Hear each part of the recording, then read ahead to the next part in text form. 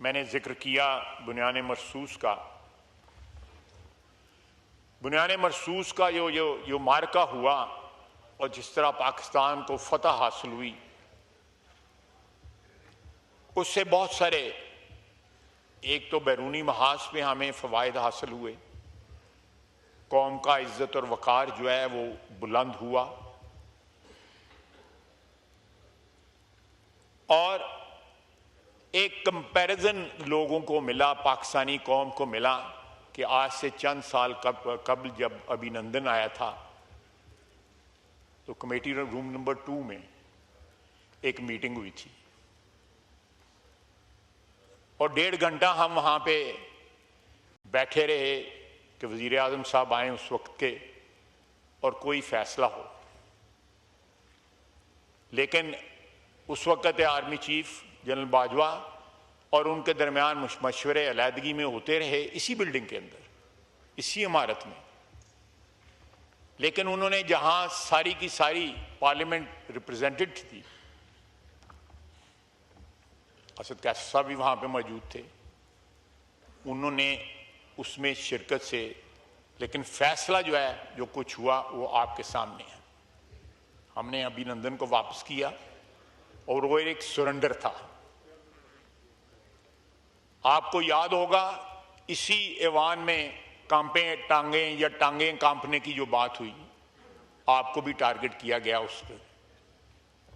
ये सारा तारीख है और हम उस तारीख पे उस वक्त भी शर्मिंदा हुए, आज भी शर्मिंदा है कि आर्मी चीफ और उस वक्त के वजीर आजम ने मिलके कौमी वकार को ठेस पहुंचाई और जो फतह उस वक्त एयरफोर्स ने हासिल की, एक जहाज जो है पाकिस्तानी स्पेस को जिसने वायलेट किया उसको गिराया और उसके पायलट को हमने गिरफ्तार किया। लेकिन एब्जेक्ट सरेंडर जो है विदिन 24 आवर्स जो है हमने किया। क्या वजूहत थी, मैं उसकी तफसील में नहीं जाना चाहता। लेकिन अब जो हुआ, फॉर्चुनेटली मेरे लिए ये बड़ा फख्र का मकाम है कि मैं उस सारे प्रोसेस का हिस्सा रहा। जिस तरह बुलंद हौसले ने, मैंने दोनों सिचुएशंस देखी ना, उस वक्त जनरल बाजवा साहब का और वज़ीर आज़म का भी हौसला देखा उस वक्त के, और इस वक्त भी मैंने हौसले देखे अपनी अफवाज के जो चीफ थे तीनों के, उनके हौसले देखे। उस रात जो है, आधी रात को ये फैसला हुआ कि हमने रिएक्ट करना है, रिटेलिएट करना है, जवाब देना है। फजर के बाद 2-2:30 बजे फिर इंडिया ने हमला किया और फिर उसको जवाब दिया गया जो फैसला कुन था। किसी मरहले पे ये 10, 15, 20 रोज के अंदर जो भी मुद्दत गुजरी, कहीं पे किसी के ज़हन में जो है शायबा भी ना आया कि हमने कौमी वकार के ऊपर जो है वो समझौता करना है। शायबा भी ना आया। बड़े इंस्पायरिंग थे हमारी अफवाज के जो हौसले थे, बड़े इंस्पायरिंग थे।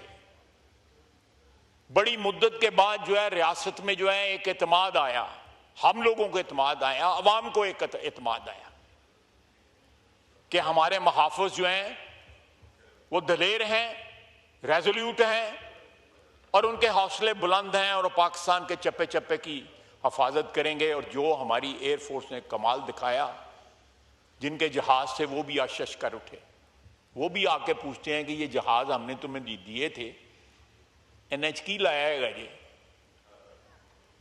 ये कमाल दिखाया ये उनको भी नहीं पता।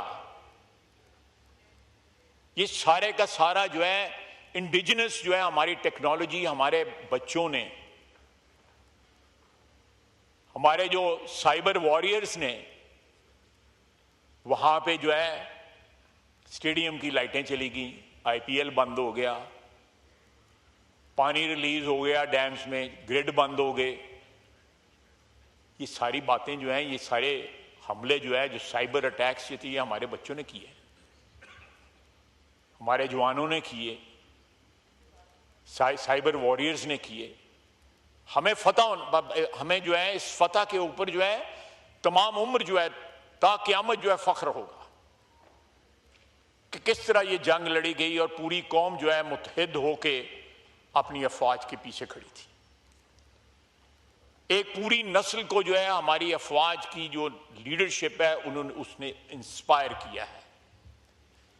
रियासत के अंदर एतमाद जो है वो कहीं नीचे था, वो आसमान को छू रहा है। जनाब स्पीकर, बजट के दिन है, फौज की मजबूती और मईशत की मजबूती दोनों हैंड इन हैंड चलते हैं।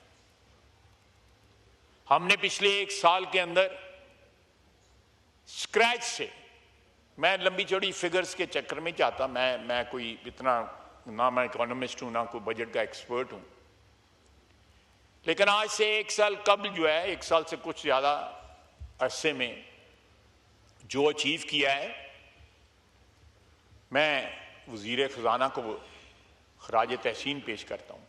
वो गैर सियासी शख्स हैं, टेक्नोक्रेट हैं, बैंकर हैं।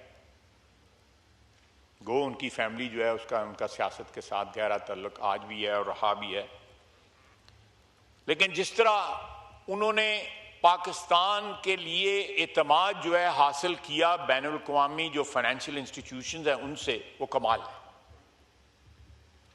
और मेरे सामने ये फिगर्स हैं, मैं कोशिश करता हूं कि उनको पढ़ूं कि -0.2% से हमारा जीडीपी ग्रोथ जो है, रियल जीडीपी ग्रोथ, वो +2.7%।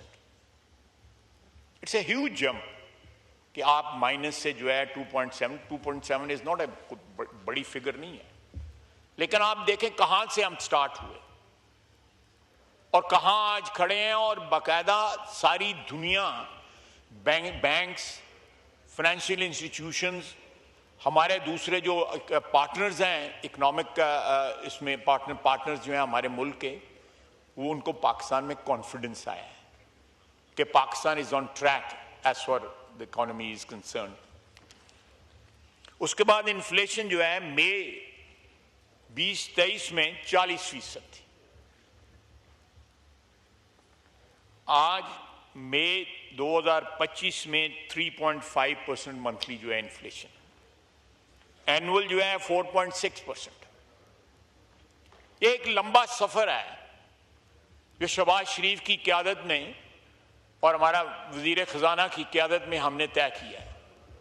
एक कॉन्फिडेंस, एक एतमाद जो है उसको बहाल किया है। आवाम को जो है कोई पूरी ठंडी हवा नहीं लग रही। आज भी जो है we are still in crisis, but we are moving out of the crisis.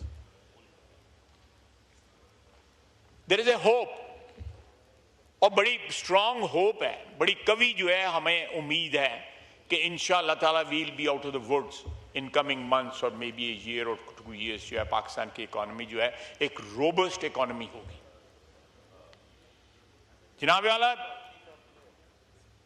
2023 में ट्रेड जो बैलेंस था वो 7.6% ऑफ जीडीपी, और 2025 में current account shows A surplus of 1.2 billion. यही ट्रेड डेफिसिट ये भी जो है आपका जो है पॉजिटिविटी की तरफ आ गया। Foreign direct investment 1.11 billion 0.6% of GDP, 2025 में 0.7% of GDP, up to 20% from last year. इसी तरह मुख्तलिफ जो इन्फ्लेशन के मतलब, इन्फ्लेशन है लेकिन कहाँ अशारिये थे इन्फ्लेशन के और आज कहाँ पे है। Inflation is expected to ease to around 8% in 2025 from an average of 23% in 2024. Sovereign credit rating जो है हमारी, Moody's had upgraded Pakistan sovereign credit rating to CAA2, indicating a decrease in default risk primarily due to the IMF bailout.